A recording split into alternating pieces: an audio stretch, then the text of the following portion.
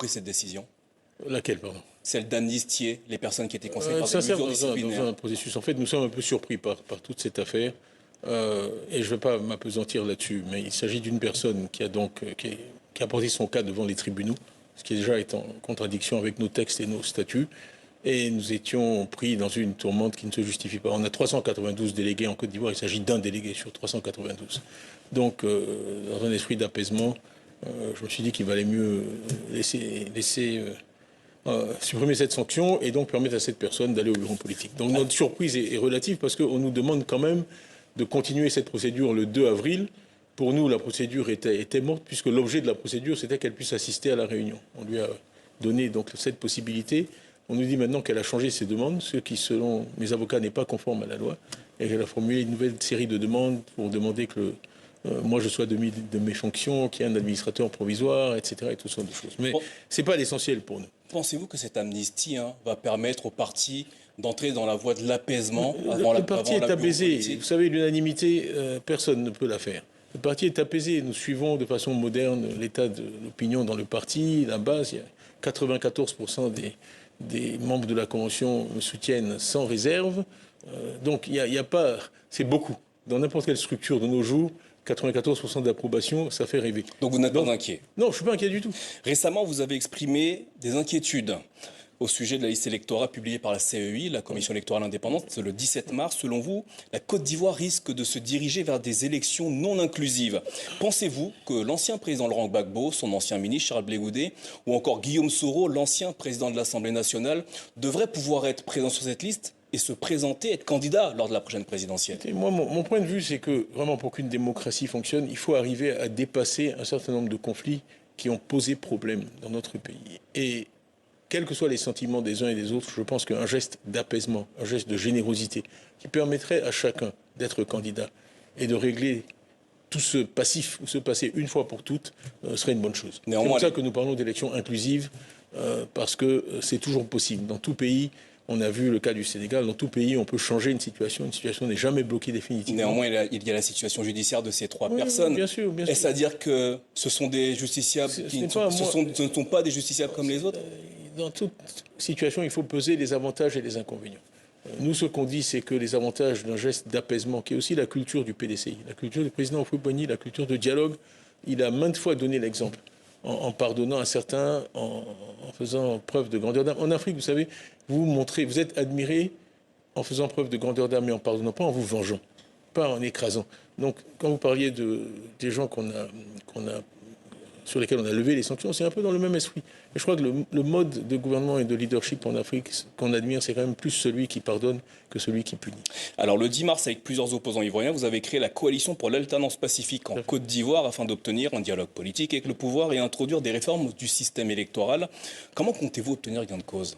Bon, moi je voudrais vraiment quand même faire une pause, vous parler un peu de pourquoi on fait tout ça. Pourquoi on fait tout ça? C'est à cause de l'état du pays.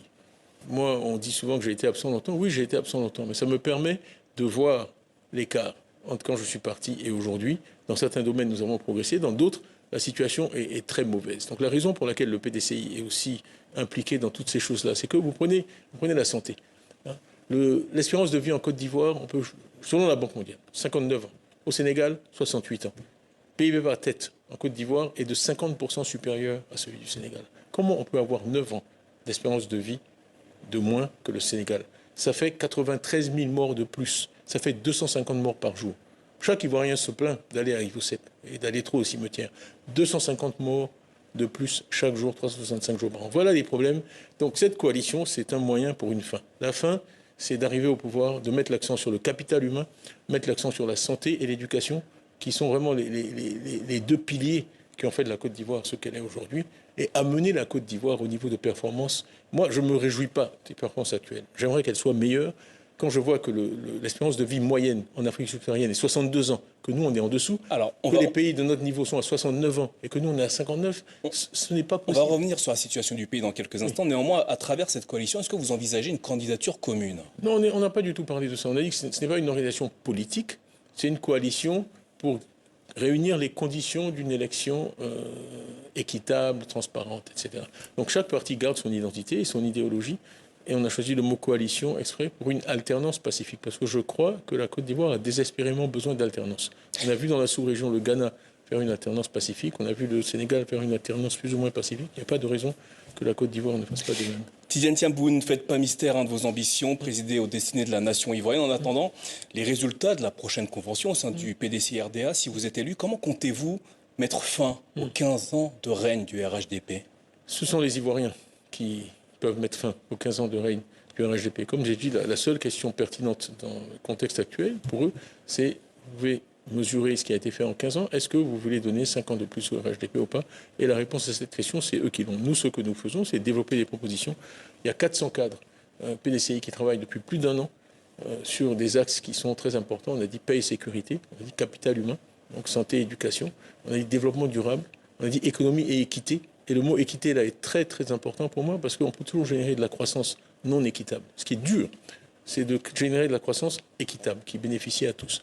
On a dit développement durable et on a dit nouvelles technologies. Je crois que vous aurez le jeune qui est tout à l'heure ici. Les nouvelles technologies sont pour nous un levier absolument clé pour une nation comme la Côte d'Ivoire. Donc sur tous ces sujets-là, nous avons des propositions, un diagnostic, des propositions détaillées et nous allons les présenter aux Ivoiriens. Et ça va être aux Ivoiriens de décider si cette image que nous leur présentons, et ils y adhèrent ou pas. Néanmoins, Monsieur Thiam, vos adversaires, notamment du côté du RHDP, vous diront qu'ils ont un bilan, eux, et pas vous. Comment comptez-vous convaincre les Ivoiriens? Le PDCI regorge de talents. Moi, je dois dire, j'ai été vraiment agréablement surpris par l'enthousiasme. Quand on a créé ces 6 groupes de travail, on croulait sous les candidatures, même de gens qui ne sont pas du PDCI. L'investissement qui a été fait par le régime du PDCI dans l'éducation et dans la santé a payé. Les gens de plus de 40 ans qui sont des produits du système PDCI, qui sont compétents et motivés et de qualité, ils existent. Donc le PDCI peut présenter à la fois un programme, une vision et la capacité d'exécuter. J'ai toujours une vision sans la capacité d'exécuter, ça ne vaut pas grand-chose. En parlant de vision, quelle est la vôtre pour l'avenir de la Côte d'Ivoire? J'ai dit une Côte d'Ivoire maîtresse de son destin. Il y a beaucoup de choses derrière ça. Dans un monde qui est incertain, qui est difficile, maîtresse de son destin, c'est d'abord d'avoir des ressources humaines de qualité. Parce que dans le développement, ce qui compte, c'est le capital humain, c'est le capital intellectuel, c'est la matière grise. Donc la première chose qu'il faut faire pour bâtir l'avenir d'un pays, c'est quand je vois que la Côte d'Ivoire est 13e sur 14 pays en mathématiques, quand je vois que nos élèves de terminale testent au PASEC au niveau 4e, 3e, ça m'empêche de dormir la nuit. Parce que c'est notre avenir que nous compromettons.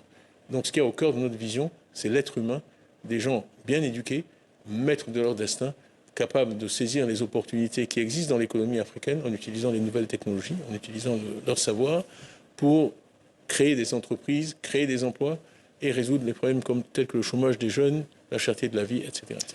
Enfin, vous l'avez dit tout à l'heure, vous êtes de retour en Côte d'Ivoire après avoir passé un certain nombre d'années en dehors du territoire. Ne craignez-vous pas que cela vous porte préjudice en octobre prochain lors de la campagne présidentielle? Nous travaillons assez scientifiquement. Donc je viens de voir des résultats de focus group qu'on a tenus. Au contraire, la grande majorité des Ivoiriens voient ça comme un atout. Donc vous n'avez pas de problème de notoriété auprès de la population ivoirienne? Très, notoriété est très élevée. Très élevé. Mais ça, c'est aussi le résultat de tout mon parcours. J'ai eu le premier prix du concours général de mathématiques, ce qui était en Côte d'Ivoire à l'époque, s'en souviennent. J'ai été connu relativement tôt dans ma vie pour mes performances scolaires, ensuite pour le travail que j'ai fait au BNET et à la DCGTX, ensuite pour tout ce que j'ai fait depuis que je suis revenu. J'ai sillonné le pays, d'ouest en est, j'ai visité beaucoup plus que 10 villes, j'ai fait des meetings, donc tout ça a contribué à une certaine notoriété. Et les Ivoiriens ne m'associent pas à des choses qui pour eux sont négatives dans la situation du pays aujourd'hui. Tidiane Thiam, merci d'avoir répondu à nos questions au sujet de l'actualité en Côte d'Ivoire et du programme que vous comptez présenter aux Ivoiriens et aux Ivoiriennes si vous êtes élu lors de la convention du PDCI-RDA. J'ai toujours été Ivoirien, je suis Ivoirien, je serai toujours Ivoirien, au service de mon pays. Merci à vous, Tidiane Thiam. Chaque planète a sa propre guerre.